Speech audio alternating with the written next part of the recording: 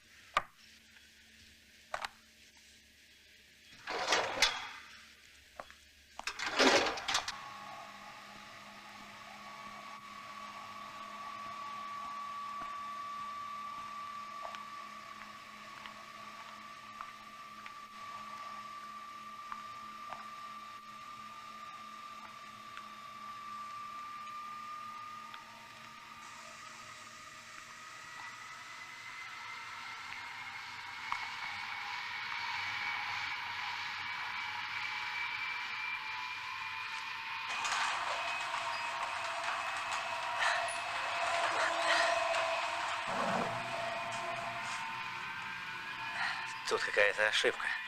Профессор Миллер был 3 дня тому назад застрелен у себя в кабинете. Будьте любезны.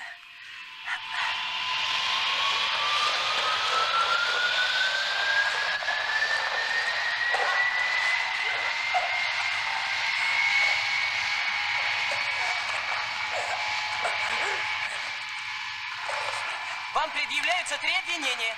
Убийство профессора Миллера, присвоение его имени и сокрытие собственного.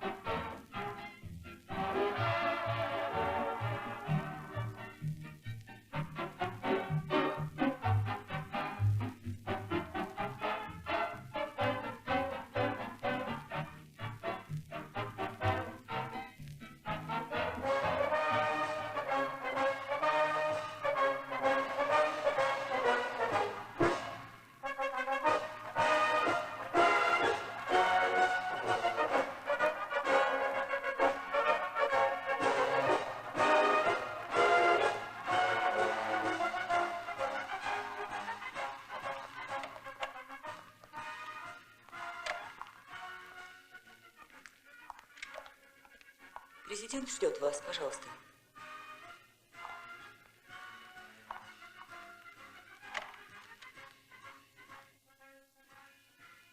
Прошу вас.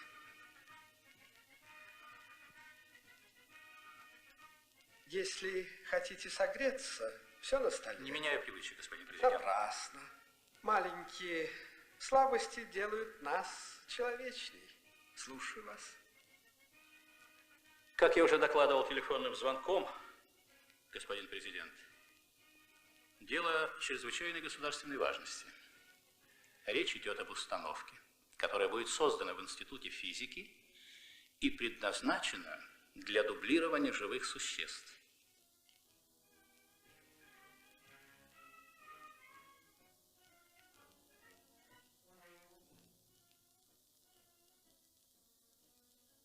Берут живое существо, ну, например, человека, подробности я пока опускаю, и дублируют его. Получаются точно такие же живые существа в неограниченном количестве. Дубликаты. Эмилия, вы когда-нибудь давали интервью? Нет, никогда. Сделайте для нас с президентом исключение. Что вас интересует? Можно ли объяснить простому смертному принцип работы той штуки? Можно, хотя это довольно сложная проблема. И вы, и я, и все мы состоим из клеток, клетки из молекул и так далее. С точки зрения химиков, например, человек – это всего лишь несколько граммов кальция, немного меди, немного калия, магния, еще десяток других элементов. Остальное – вода. Если говорить популярно до вульгаризации, профессор Миллер научился разлагать на молекулярном уровне живой организм, на чем, собственно, и основана известная вам установка на полигоне. Ну, с этим ясно. Затем, в процессе дальнейших исследований, совершенно неожиданно обнаружилась возможность обратного действия, воссоздания, конечно, при определенных условиях, молекулярной копии, двойника организма. Простите, насколько я понимаю, это ваша машина, ну или как ее там назвать, способна не только разбивать организм вдребезги, но и делать копии с каждого осколка и вновь склеивать теперь уже точных двойников. Так. Хорошо, что вас не слышит профессор Миллер. При слове «вдребезги» его бы передернуло. Впрочем, в принципе, вы правы. Генерал, давайте говорить серьезно. Я не хочу, чтобы вы забывали о таких понятиях, как общественное мнение и суд потомков. Для меня это, поверьте, не пустой звук. Должен уточнить. Солдаты-двойники, армия неограниченной численности – это в перспективе. Пока дублирование слишком дорого. Так кого же вы думаете дублировать, генерал? Уж не себя ли? Нет, талантливых ученых. Но их у нас и так слишком много. Я согласен, ученых много, но речь идет о талантливых. По-настоящему талантливых людях. Но это же невыносимый народ. И их можно терпеть только потому, что они полезны, но... Разрешите возразить. В наши дни побеждает тот, на чьей стороне больше талантливых мозгов. Это аксиома, которую в свое время не поняли немцы и лишили себя атомной бомбы. А сколько будет стоить ученый?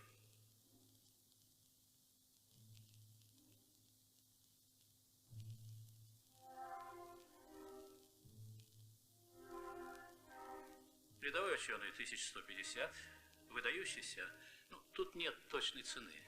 Иногда его мозг может стоить сотни миллионов. Мозг гения – миллиарды. Но очень талантливых людей, как я сказал, мало. Для начала мы сделаем не так уж много дублей. Их статус можно урегулировать без оповещения общественности. Знаете, тут есть свои трудности. А эти ученые, они согласятся? Господин президент, иногда меня интересует, а видит ли рыба крючок перед тем, как попадется. Лично я думаю, что видит. Значит, все дело в приманке? Конечно, конечно. И главная слабость в том, что они безумно хотят видеть конечный результат. Помните исследователей, которые специально заражали себя вирусами для того, чтобы изучить их? Кстати, а кто будет первым? Дело в том, что профессор Миллер однажды уже испытал действие установки на себе. Испытал? Уже? Добровольно? К счастью, последствия удалось полностью ликвидировать. Миллер.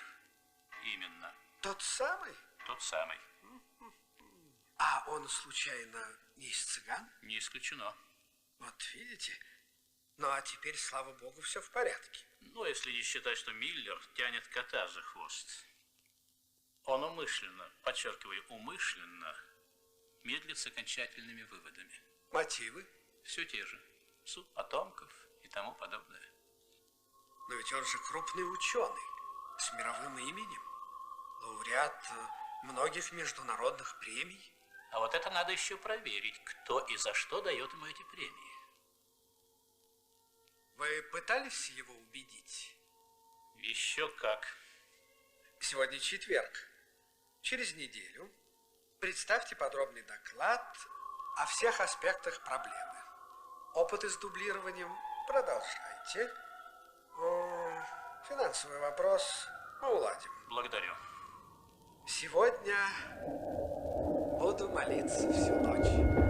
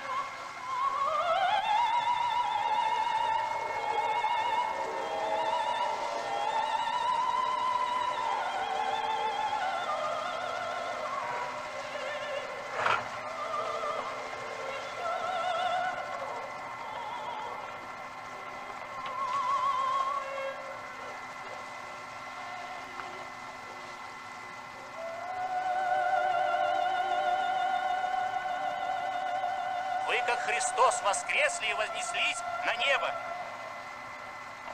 Прошу.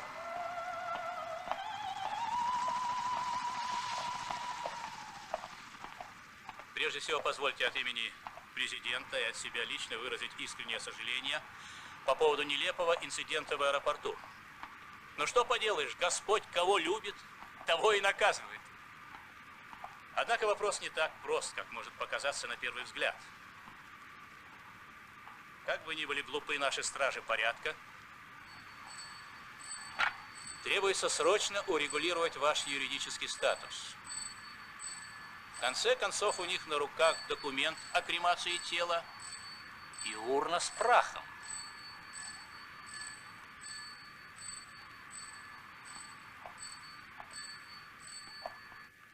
О, в честь кого такое торжество? Вашу честь, профессор, больше мы никого не ждем. Но меня нет. И не будет. Он был слишком мудр и потому безутешен, сказал Альберт Эйнштейн. Про Нильса Бора, который отказался принимать участие в разработке атомной бомбы. Знаю, знаю, но сейчас иные времена. От нас ждут решительных действий. Чего же вы ждете от меня? Мы ждем от вас чуда. Чудо? Или чудовище? Не надо громких слов, Миллер. Я отдаю должное вашему мужеству. Вы попытались найти выход из положения поистине безвыходного. Но то, что вы называете чудовищем, на самом деле спасение страны, гарантия ее безопасности. Здравствуйте, профессор.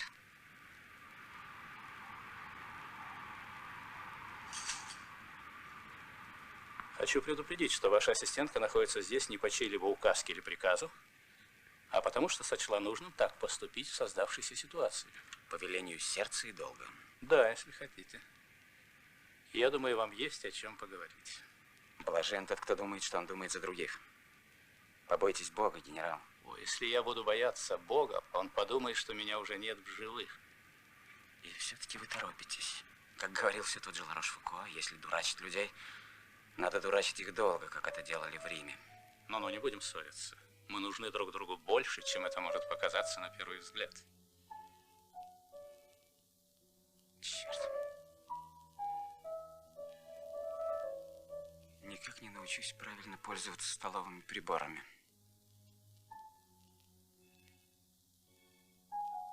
Все-таки плебейское происхождение ничем не вышибешь.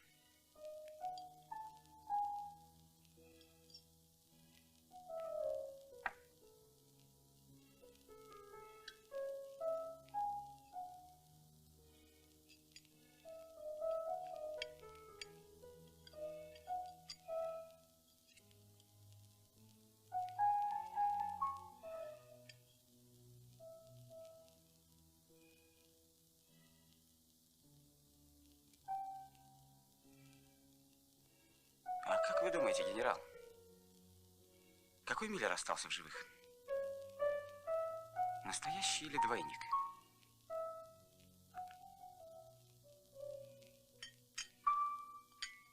Так что готовьте миллиард. Зачем вам столько? Для солидности. И чтоб хватило внукам. Я могу идти? Мы в открытом море. Советую вам отпустить меня на все 4 стороны, иначе я устрою страшный переполох. Обещаю вам. Не смею больше вас задерживать. Я доложу президенту о нашей беседе. Вот-вот начинается избирательная кампания. И вопросы обороны, в частности, ваши научные изыскания, приобретают ключевое значение для государства.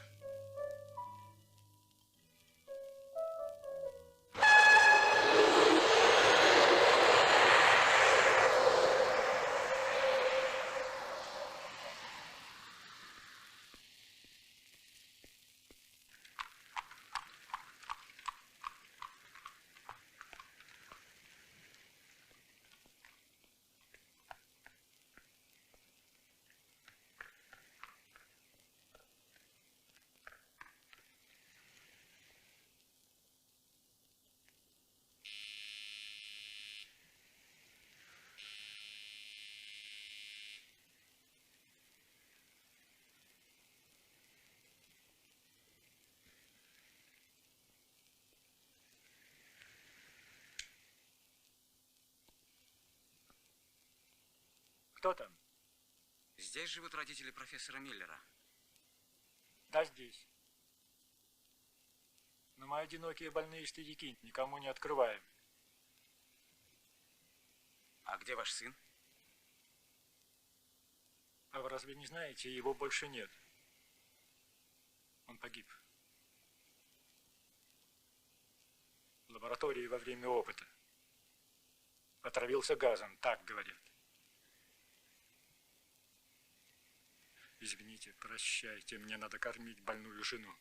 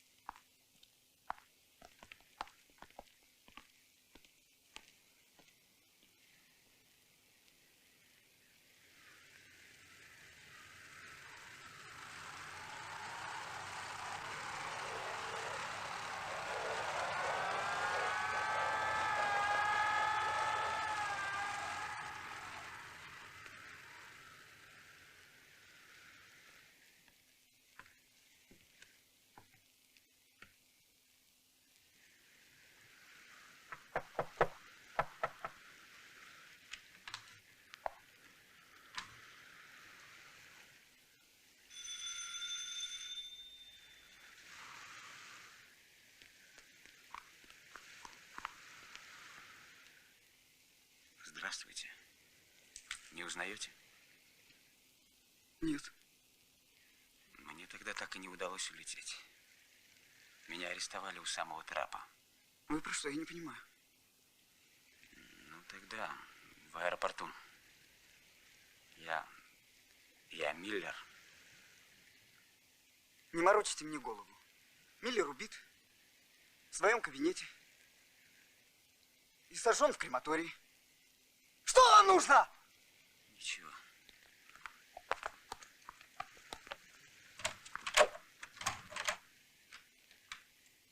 Кто это приходил?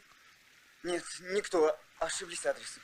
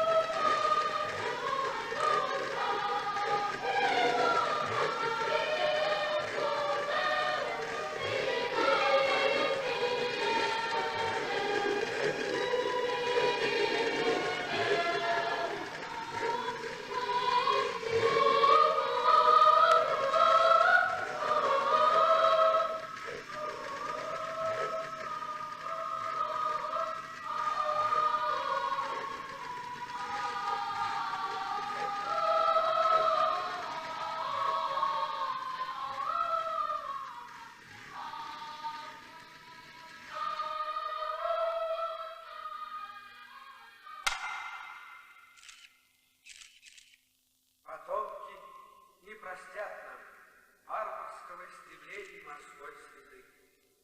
Наша единственная во Вселенной обитаемая планета существует для созидания, а не для разрушения. А если кто-нибудь попытается убедить нас в обратном, мы вправе подсказать им не только словом, но и делом.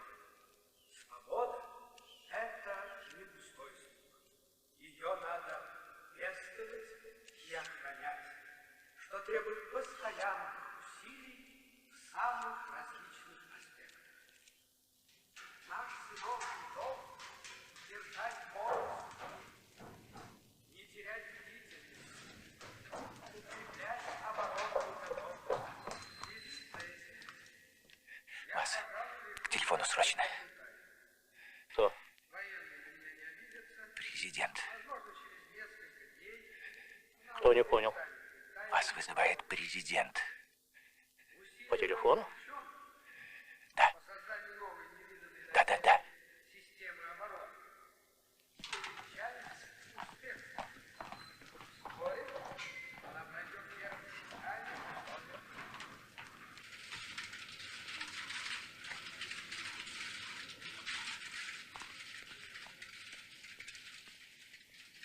Алло? Генерал, я не перестаю думать о вашем богопротивном дублировании людей. Молю Бога, чтобы он простил мне мой грех. Простите, я вас не совсем понимаю, господин президент. Алло, плохо слышно. Алло. И я решил с Божьей помощью прекратить ваши пагубные опыты по дублированию людей раз и навсегда. Но простите, вы же мне твердо обещали. Алло.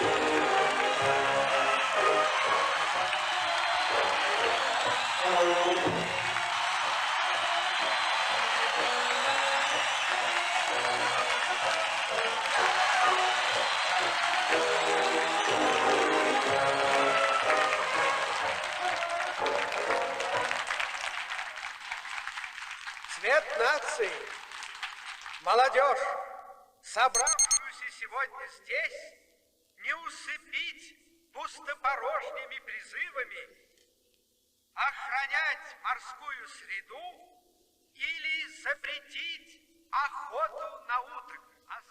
Генерала Дорана президент вызывает по междугородной. Что? Президент просит Дорана. Куда? К радиотелефону. Например, нашим престарелым блюстителям. Слушаю вас. Генерал, могу вас поздравить. Вчера вечером я подписал документ о выделении средств на дублирование. Ну, вы понимаете, о чем я говорю. Настоятельно прошу форсировать опыты с людьми. Учтите, результат нужно получить до выборов. Слушаюсь. Ну, и так я на вас надеюсь. Простите, господин президент. Вы где сейчас находитесь? Я не в городе. Телефоны вам известны. Вы случайно не смотрите телевизор? Что? А, нет. Ну, желаю успеха.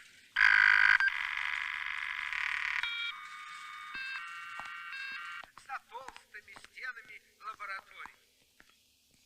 С целью поддержания своей пошатнувшейся репутации они даже пустили в ход блеф об изобретении некой невиданной доселе оборонной системы. Наша традиция университетского образования складывалась, можно сказать, веками. И бесспорно является единственно разумной, сбалансированной и целесообразной. Немедленная реформа высшего образования спасет нацию. Пора встряхнуть застоявшееся веками университетское болото. Признаюсь, у меня вызывает серьезное беспокойство затянувшаяся инфантильность нашей молодежи. Ее социальное легкомыслие, неспособность к анализу нынешнего исторического момента. И я с гордой уверенностью могу назвать нынешнюю молодежь, наше юное поколение, надеждой страны, образцом для подражания. Вы мои учителя. Представителям художественной интеллигенции, деятелям творческого труда хочется пожелать, наконец, вырваться из прокрустого ложа лимитированного искусства на простор свободного творческого самовыражения и обратиться к подлинным проблемам, волнующим современное общество. Хочется пожелать нашим гуманитариям, посвятившим себя литературе и искусству, уйти, наконец, от мелкотемия, перестать копаться в мусорных ямах на задворках современности. Их задача – отражать не теневые стороны действительности, а крупными мазками изображать обобщенные характеры в обобщенных обстоятельствах. Генерала Дорана просят по городскому телефону. Кто просит?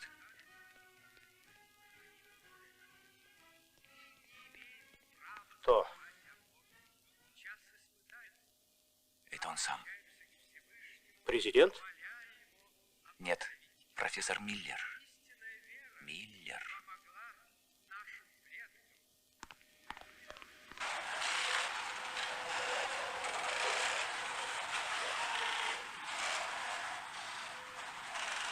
Профессор, хорошо, что вы позвонили. Спасибо.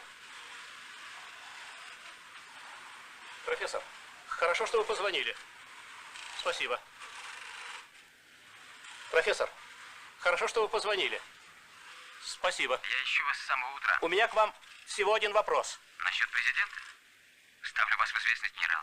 Мною синтезировано 4 новых. Сейчас в стране вместе с оригиналом 5 президентов. Вы откуда звоните? Из преисподней, откуда же еще? Что? Откуда? Я же сказал, с того света. Ну зачем вы так шутите? Вы понимаете? А вы, генерал? Вы многим рискуете. И вы тоже. Если сообразите, что вас тоже можно дублировать. Миллер, вы меня слышите? Да. Чего вы от меня хотите?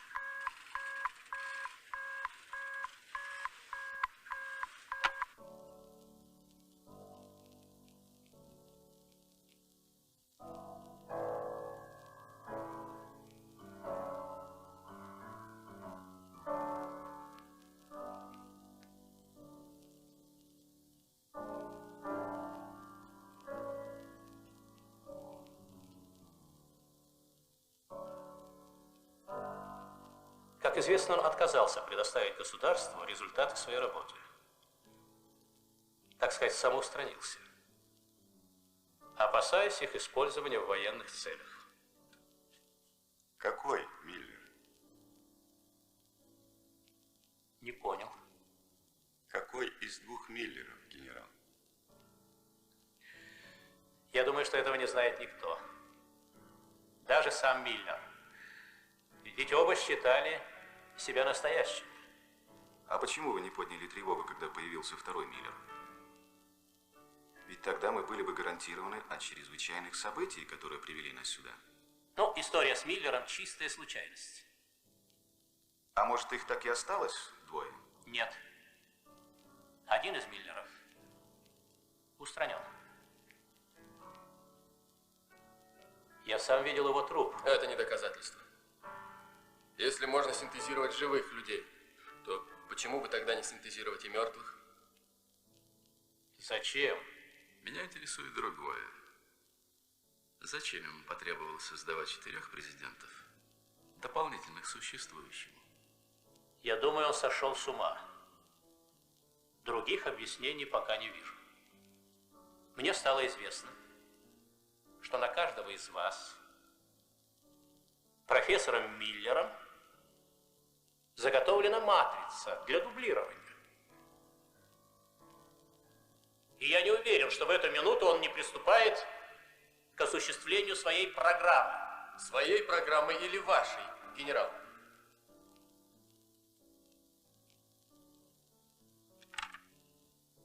Я понимаю, господа, вы можете подозревать меня в причастности. Это ваше право. И я не могу сейчас вас переубедить. Вы вольны арестовать меня, связать мне руки и даже убрать меня вообще. Но я прошу вас иметь в виду, что и сам не уверен, я ли перед вами или мой дубликат. Генерал, сейчас не время для шуток. А я не шучу. Господа, я предлагаю приступить к выработке наших решений. А я со своей стороны обещаю Высокому Совету, что для принятия экстренных мер мы употребим всю мощь государственного аппарата. Миллер будет найден. Живым или мертвым? Я полагаю, ситуация вполне созрела для решительных выводов. Либерализм, игра в демократию привели к распылению власти.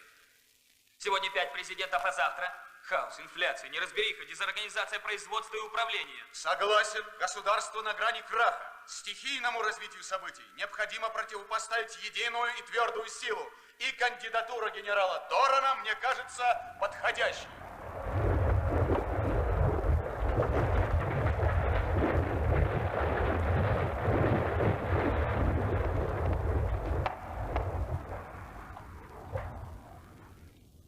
Что ж, если возражений нет, я хочу поблагодарить присутствующих за доверие.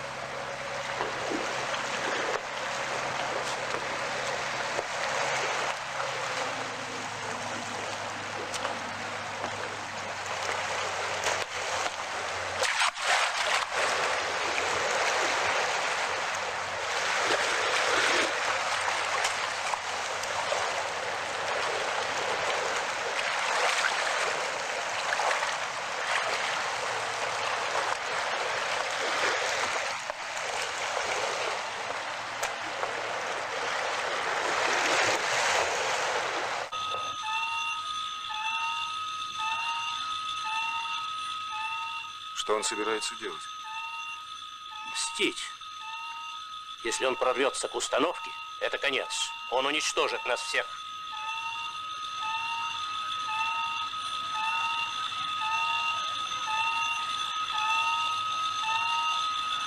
Скорее, не то!